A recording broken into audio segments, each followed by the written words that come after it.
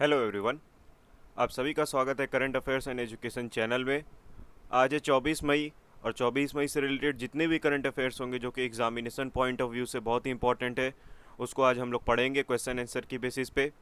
Current affairs में different topics होते हैं जैसे कि banking and economics, awards and personalities, international affairs, obituaries, important days और भी बहुत सारे टॉपिक्स हैं जो कि एग्जामिनेशन पॉइंट ऑफ व्यू से हमारे लिए बहुत इंपॉर्टेंट है। तो इन सभी टॉपिक से रिलेटेड हम लोग one by one question answer की बेसिस पे आज पढ़ेंगे। तो आइए शुरू करते हैं। आज का पहला क्वेश्चन है बैंकिंग एंड इकोनॉमी से रिलेटेड। क्वेश्चन है, भारतीय रिजर्व बैंक ने कितने अतिरिक्त रुपए केंद्र सरकार को दिए हैं? तो भी हाल ही में रिजर्व बैंक ऑफ इंडिया ने सेंट्रल गवर्नमेंट को 99,122 करोड़ रुपए सरप्लस के तौर पे दिए हैं। 9 महीने के लेखांकन अवधि के अंतर्गत दिया गया है, जो कि जुलाई 2020 से मार्च 2021 तक का था। इस साल लेखांकन साल में बदलाव किए गए हैं ताकि सरकार और भारतीय रिजर्व बैंक के लेखांकन साल को एक किया जा सके। इस वर्ष आकस्मिक जोखिम, जिसको कि हम लोग कंटीजेंसी रिस्क बफर भी कहते हैं, वो 5.5 रहा है। तो आरबीआई की बात हो रही, तो आइए आरबीआई के बारे में कुछ तथ्य जान लेते हैं। आरबीआई के गवर्नर कौन है प्रेजेंट टाइम में? तो शक्तिकांत दास। हेडक्वार्टर कहाँ पे? मुंबई। फाउंड कब हुआ था आरबीआई? तो ब्रिटिश राज में। कब फाउंडेड हुआ? तो 1 अप्रैल 1935 कोलकाता में।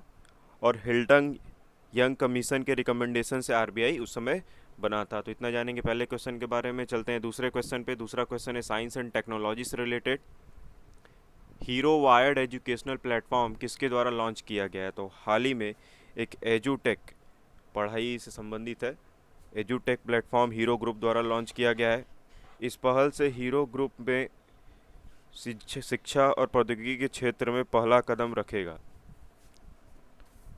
हीरो ग्रुप ने सभी बड़े विश्वविद्यालय के साथ जुड़कर, जैसे कि MIT, Massachusetts institute of technology और सिंगुलैरिटी यूनिवर्सिटी के साथ मिलकर फुल टाइम और पार्ट टाइम कोर्सेज को भी लॉन्च करेगा। फाइनेंस में कोर्सेज हो जाएंगे, गेम एंड डिज़ाइनिंग में कोर्सेज होंगे, मशीन लर्निंग और आर्टिफिशियल इंटेलिजेंस में ये सब कोर्सेज हीरो ग्रुप लॉन्च करेगा। तो बात हो रही है हीरो ग्रुप की, तो आइए उनके बारे में कुछ जान लेते हैं। चीफ मैनेजिंग डायरेक्टर कौन है हीरो ग्रुप के? तो Pankaj M Munjal. Hero group का हेडक्वार्टर कहाँ पे? न्यू दिल्ली में। इतना जानेंगे दूसरे क्वेश्चन से। चलते हैं तीसरे क्वेश्चन पे। Government schemes. क्वेश्चन है, वन स्टॉप सेंटर स्कीम किस मंत्रालय द्वारा शुरू किया गया है? तो हाल ही में भी वन स्टॉप सेंटर स्कीम की चर्चा हो रही है। इसकी शुरुआत महिला एवं बाल विकास मंत्रालय द्वारा किया गया। इसका हेडक्वार्टर कहाँ पे? दिल्ली में है। मिनिस्टर कौन है प्रेजेंट टाइम में? तो केंद्रीय मंत्री स्मृति जुबिन ईरानी जी और स्वतंत्र प्रभार मंत्री देवाश्री चौधरी। इस मंत्रालय की शुरुआत 1985 में की गई थी, एमएचआरडी के अंतर्गत, ministry of human resource development के अंतर्गत। 2015 में यह स्कीम लॉन्च की गई। अभी तक 701 ओएससी सेंटर्स 35 राज्यों में शुरू किए जा चुके हैं, जिससे कि 3 लाख महिलाओं को मदद हो चुकी है। यह योजना उन सभी महिलाओं के लिए जो कि किसी न किसी जरिए समाज में प्रताड़ित किए जाती थी। तो इतना जानेंगे। तीसरे क्वेश्चन के बारे में चलते हैं। चौथे क्वेश्चन पे लिखा है, किसने जिनेवा ओपन टाइटल्स का मेन सिंगल टाइटल खिताब जीता है? तो अभी हाल ही में कैस्पर रूड ने जिनेवा ओपन टेनिस में मेन सिंगल टाइटल का खिताब जीता है। वर्ल्ड नंबर 21वें नंबर के खिलाड़ी है कैस्पर रूड, जिन्होंने 15वें नंबर के खिलाड़ी डेनिस सोपावले को हराया है। कैस्पर रूड नॉर्वे के खिलाड़ी हैं। तो आइए कुछ तथ्य नॉर्वे के बारे में जानते हैं। नॉर्वे यूरोप का एक देश है जिसकी करेंसी नॉर्वेन क्रोन है, और वहाँ के पीएम कौन है? PM of Norway is Erna Solberg. इतना जानेंगे इस क्वेश्चन से रिलेटेड फैक्ट्स के बारे में। चलते हैं नेक्स्ट क्वेश्चन पे। लिखा है अपॉइंटमेंट और स्पोर्ट्स से रिलेटेड। अंतर्राष्ट्रीय हॉकी संघ का अध्यक्ष किसे चुना गया है? तो हाल ही में नरेंद्र बत्रा को अभी अंतर्राष्ट्रीय इंटरनेशनल हॉकी फेडरेशन का प्रेसिडेंट चुना गया है। ये इंडियन ओलंपिक एसोसिएशन के भी प्रेसिडेंट हैं। यह चुनाव आभासीय वर्चुअल तरीके से हुआ है। 124 में से 63 मत इन्हें मिले हैं। टोटल 124 वोट थे, जिसमें से 63 वोट इन्हें दिए गए हैं। इन्होंने बेल्जियम के मार्क कोड्रन को हराया है। पहले गैर यूरोपीय राष्ट्रपति ये बने हैं। तो बात हो रही है इंडियन ओलंपिक एसोसिएशन की, तो उसके बारे में कुछ तथ्य जान लेते हैं। इंडियन ओलंपिक एसोसिएशन 1927 में फाउंड हुआ था, जिसको कि सर दोराबजी ने फाउंड किया था। तो चलते हैं नेक्स्ट क्वेश्चन पे। नेक्स्ट क्वेश्चन है वर्ल्ड अफेयर्स एंड हेल्थ से रिलेटेड कॉव बूस्ट अभ्यास किसके द्वारा शुरू किया गया? तो हाल ही में भी यूनाइटेड किंगडम द्वारा कॉव बूस्ट अभ्यास शुरू किया गया है। यह अभ्यास 7 अलग अलग कोविड वैक्सीन पर किए जाएंगे। इसको थर्ड बूस्टर डोज भी कहा जा रहा है। यह जून में करीब 3000 लोगों पर किए जाएंगे। तो यह जिन लोगों को वैक्सीन लग चुकी है उन लोग की बॉडी पे क्या एफिकेसी है वैक्सीन की, इन सब चीज़ों के जांच करने के लिए इस अभ्यास को किया जाएगा और 7 अलग अलग कोविड वैक्सीन पे इसके अभ्यास किए जाएंगे। तो कोविड वैक्सीन की बात हो रही है तो कौन कौन से कोविड वैक्सीन है प्रेजेंट टाइम में, तो कुछ नाम ले लेते हैं, जैसे कि फाइज़र हो गया, मॉडर्ना हो गया, कोविशील्ड्स हो गए, स्पुतनिक 5 हो गया, कोवैक्सीन हो गया। ये सब क्या है? Different types of corona vaccine के नाम है। अगले क्वेश्चन पे चलते हैं। साइंस एंड इनोवेशन से रिलेटेड लिखा है NNMS नाम का एप्लीकेशन किसके द्वारा शुरू किया गया है? तो हाल ही में भी नरेंद्र सिंह तोमर जो कि हमारे प्रेजेंट टाइम में कृषि मंत्री हैं, उनके द्वारा ये NMMS एप्लीकेशन लॉन्च किया गया है।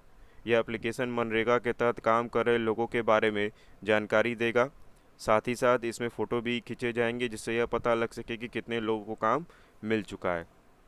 तो मिनिस्ट्री ऑफ एग्रीकल्चर के अंतर्गत आते हैं तो कुछ मिनिस्ट्री ऑफ एग्रीकल्चर के बारे में रिलेटेड फैक्ट जान लेते हैं। 1947 में इसकी स्थापना की गई थी। पहली मंत्री कौन थे? राजेंद्र प्रसाद, 1946 से लेकर 1948 तक।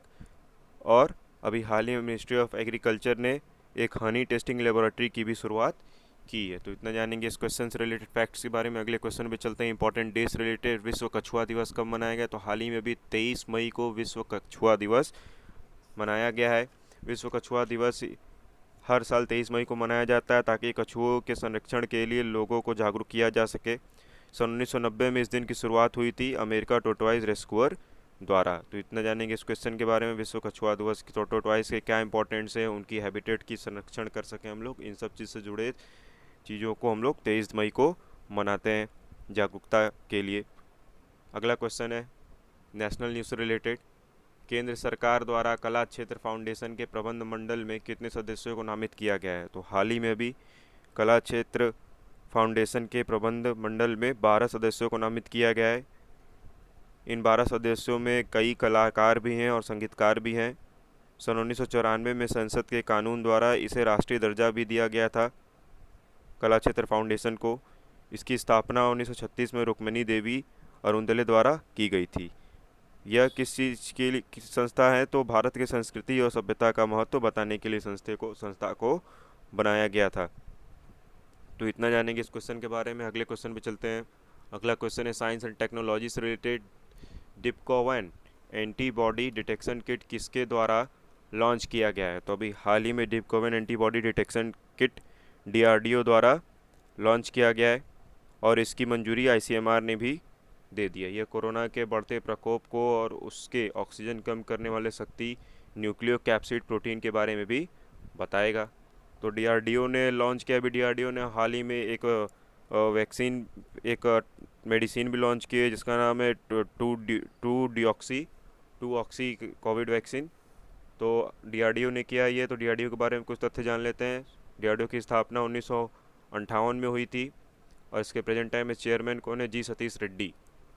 ICMR की बात करते हैं तो ICMR Indian council of medical research जिसका नाम है, उसका पहले क्या नाम था? तो पहले उसका नाम था इंडियन रिसर्च फंड एसोसिएशन और इसका नाम बदलकर 1949 में ICMR रख दिया गया। इसका हेडक्वार्टर कहाँ पे? मुंबई में। आज का आखिरी सवाल है अवार्ड और पर्सनालिटी से रिलेटेड। एशिया के सबसे अमीर शख्स कौन बने? तो हाल ही में भी गौतम अडानी को एशिया का सबसे अमीर शख्स चुना गया है। ब्लूमबर्ग बिलियनियर्स इंडेक्स के अनुसार संपत्ति के मामले में चीन के झोंग सांगसांग को पछाड़कर अडानी ने यह स्थान हासिल किया है। गौतम अडानी ब्लूमबर्ग के लिस्ट में 14वें स्थान पर पहुंच गए हैं। एशिया के सबसे अमीर आदमी मुकेश अंबानी लिस्ट में 13वें स्थान पर हैं। कुल नेटवर्थ गौतम अडानी के 66.5 बिलियन डॉलर हैं। इस साल 32.7 बिलियन डॉलर इजाफा देखने को मिला है। ब्लूमबर्ग बिलियनियर इंडेक्स के अनुसार माइक्रोसॉफ्ट के बिल गेट्स की कुल संपत्ति 141 बिलियन डॉलर है। फेसबुक के मार्क जकरबर्ग 5वें स्थान पर हैं और जेफ बेजोस पहले स्थान पर। इतना जानेंगे इस क्वेश्चन के बारे में। तो आइए कुछ अडानी ग्रुप के बारे में जान लेते हैं। अडानी ग्रुप की फाउंडर कौन थे? गौतम अडानी। कब स्थापना की गई थी? 1988 में। और इसका हेडक्वार्टर कहाँ पे है? अहमदाबाद में। अगर आज का सेशन कैसा लगा अगर थोड़ी भी मदद हुई होगी तो लाइक ज़रूर करें, सब्सक्राइब करना ना भूलें, और जितने भी ग्रुप्स हैं एग्ज़ामिनेशन के आपके फ्रेंड सर्कल में, उन सब में शेयर करना ना भूलें ताकि उन लोगों की भी मदद हो सके। बहुत बहुत धन्यवाद। जय हिंद।